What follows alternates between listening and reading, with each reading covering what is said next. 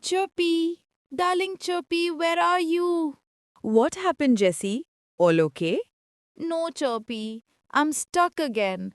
I had learned the entire chapter 2, biological classification, just last week, but when I started revising the chapter today, it feels like I've forgotten everything.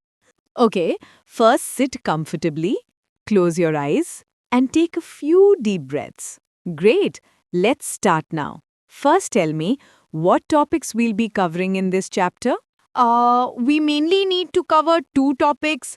One, a brief discussion on the different types of classification, and two, a detailed explanation of the five kingdom classification. Okay, get ready for an oral test. Question 1. Who attempted first to classify organisms? Do you need a clue? Yes, please. The first alphabet? Oh, A.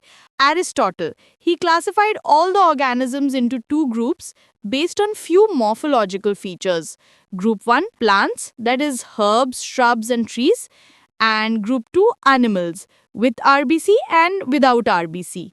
Aha, that's superb. Question 2. Who proposed the two kingdom classification? Hint. Remember, this scientist is linked with the word bi, which means two. I think I got it. It was Carolus Linnaeus, the one who also gave us binomial nomenclature, right? Absolutely correct. Carolus Linnaeus classified all the organisms into two kingdoms, Kingdom Plantae and Kingdom Animalia. Now let's decode this story. Haeckel hacked the two kingdom classification and hooked in the third kingdom, Protista. Oh, so it's the three kingdom classification. You got it. You are talking about three kingdom classification proposed by Ernst Haeckel. And now another story for you. Protista was a total chaos. Copeland coped by landing Monera there separately. Oh, so it's the four kingdom classification which includes Monera, Protista, Plantae and Animalia? Yes, correct. And now we come to the five kingdom classification proposed by R.H. Whitaker in 1969, which includes Monera, Protista, fungi, Plantae, and Animalia. The main criteria he used for classification were cell structure, body organization, mode of nutrition, reproduction, and phylogenetic relationships. A very relevant depiction. I loved it. Here comes your favorite story time. Let's dive into the world of tiny wonders as we explore each kingdom in detail.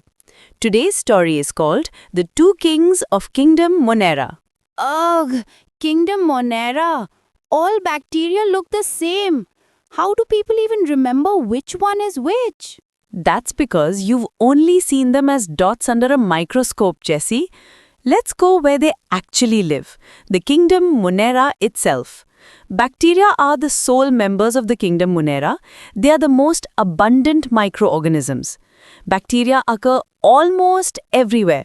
Bacteria are grouped under four categories based on their shape: the spherical coccus, plural cocci, the rod-shaped bacillus, plural bacilli, the comma-shaped vibrium, plural vibrio, and the spiral spirillum, plural spirilla. Welcome to the kingdom of Monera, ruled by two kings, King Archaebacteria, the ruler of extremes, and King Eubacteria, the ruler of the common lands. King Archaebacteria's land is no ordinary place. His people, the Archaebacteria, survive where no one else can.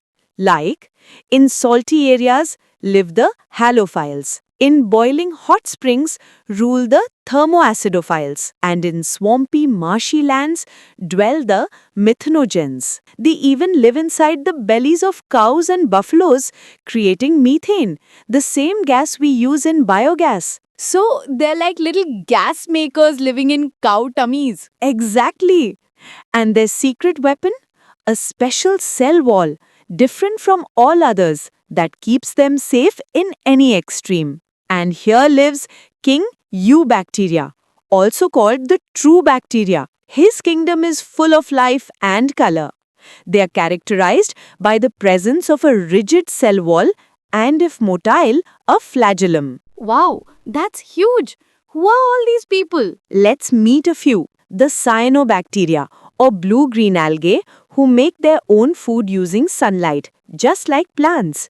They have pigment like chlorophyll A. They are unicellular, colonial, or filamentous, freshwater, marine, or terrestrial algae. Some of them, like nostoc and anabina, can even fix nitrogen in special rooms called heterocysts. And these cyanobacteria are the main producers in aquatic habitats. And what about those no sunlight bacteria? Those are the chemosynthetic bacteria. They don't need sunlight at all. They get energy from chemical reactions by oxidizing various inorganic substances like nitrates, nitrites, and ammonia, and also help in recycling elements like nitrogen, phosphorus, sulfur, and iron. There are so many heterotrophic bacteria. They're helping like making curd, but they're also villains like causing typhoid. Yes, heterotrophic bacteria are everywhere.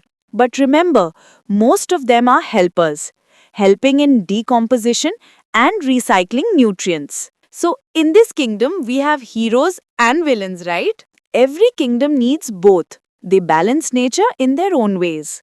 When times get tough, bacteria have survival tricks. They divide by fission, but when things turn harsh, they rest as spores. Some even exchange DNA in a very ancient kind of friendship handshake. So they don't really marry. They just share secrets. Exactly. And some, like mycoplasma, don't even have a cell wall, yet they survive without oxygen. Tiny rebels of the microscopic world. Wow, Chopi, what an amazing journey through the world of classification. I never thought these kingdoms could be understood like this. And I am really excited to visit the next kingdom with you. Woohoo!